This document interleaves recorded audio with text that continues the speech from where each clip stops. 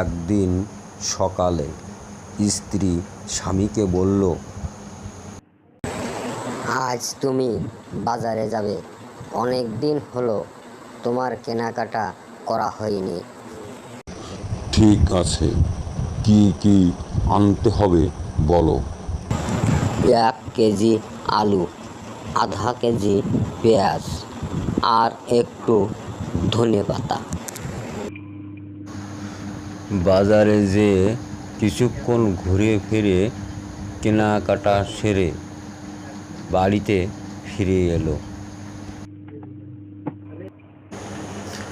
স্ত্রী ব্যাগ খুলে দেখে রেগে আগুন।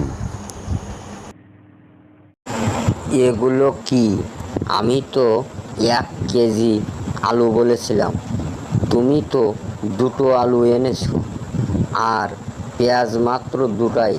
আমি বলেছিলাম হাফ কেজির কথা। তুমি বলেছিলে 1 কেজি আলু আনতে, আমি ধরে নিলাম 2টো আলুই 1 কেজি হবে। আর পেঁয়াজ বড় দেখে এনেছি, যাতে কাটার ঝামেলা কম হয়। আর ধনেপাতা কোথায়?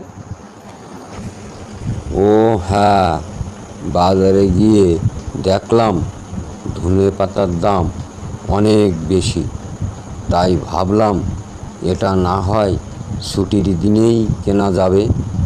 ধনেপাতার দাম বেশি ছিল বলে তুমি এটা বাদ দিয়েছো।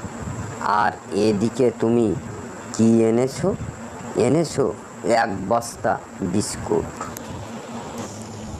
এটা জরুরি ছিল, তুমি তো জানো সন্ধ্যায় চায়ের সাথে বিস্কুট না থাকলে আমার মজে না।